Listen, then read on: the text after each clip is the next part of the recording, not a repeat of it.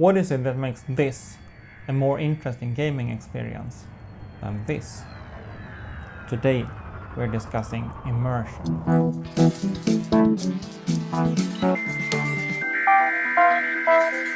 Hi, and welcome to the Creative Geek, where we help makers of games, toys and playful artifacts to develop their craft by understanding play. For example, through videos about extended game devices, such as this one. Right now I'm making a sci-fi cockpit simulator, and you can follow along through the process and hopefully learn some things along the way. I'm John, and I've studied play design for well over 10 years. Here I try to mix practical making with theoretical knowledge, and I believe play is something that is worth taking serious, and I believe you think so too. If you like this combination of knowledge and making, click the subscribe button. That way you can follow along, from cardboard prototype to fully functioning spaceship cockpit. I played Elite Dangerous on screen as well as in VR, and one of the things most people say is that the game is so immersive in VR, and I can agree, especially this ability of kind of looking around and seeing through viewports which is not in front of you. That is amazing. It gives an overview which is completely different from being on screen. But I still prefer the tangibility of my controller. When we say immersion, we tend to mean nice graphics and possibly good sound quality. But I think it's important to understand immersion more fully. In 2005, Ermi and Meire wrote a research paper attempting to understand the complexities of immersion. They separated it into three completely different types of immersion: sensory, challenge-based, and imaginative. Sensory immersion is related to audiovisual components and is probably what most refer to when they say that VR games are immersive. But I think it's interesting to also look at the other ones. And as a designer, I think it's very important to be aware of the other forms, which might be just as interesting, if not even more so. Not least because others are not using them. The second form, challenge-based immersion, is related to how hard the game is.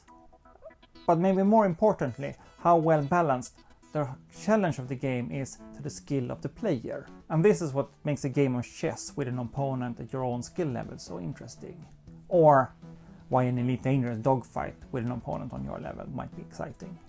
For many, this might be the main reason for playing, but personally, I often find it a bit overrated. Maybe because I seldom have the focus to become really good at a game. What I instead look for in this project is mainly the third type, imaginative immersion. To make up stories and feel like I'm part of a world. I might not even follow the canon of the game, but I want to get that feeling of being in a real ship. As an example, while I'm playing in VR, the surroundings are beautiful and I get a feeling of being the driver's seat of that game, and I have the ability to look around and see everything that's there all around. But I can't touch anything.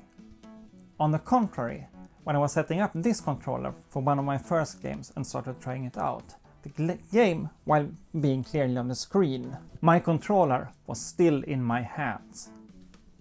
Still cardboard, but it was there. Suddenly, as I was pulling out of the space dock, my left hand side thruster started messing up, soon followed by the other ones, and suddenly I was tumbling through space as if you let go of a balloon. Nothing happened until I realized it had to be a hardware issue. I opened up the controller and started following the cables. First, nothing. Then, nothing.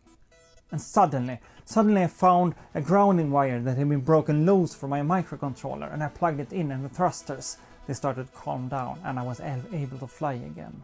And all of this happened while I was still in the game. And the feeling afterwards, as I started to put that experience into a narrative, the feeling was that of desperately fixing the computers by physically tracking cables while my spaceship was becoming more and more lost in space. It's one of my best gaming experiences in Elite Dangerous so far. And it has nothing to do with either cool graphics nor being good at the game. But don't necessarily take this as the only ways to think about immersion. Rather, I wanted to give you a chance to see that immersion can be more things than we think about at first. And be open for other types of immersion, especially if you're a game designer, because there are so many other ways to design as well. So this is about knowing, and now I know. And knowing is half the battle. G.I. Joe!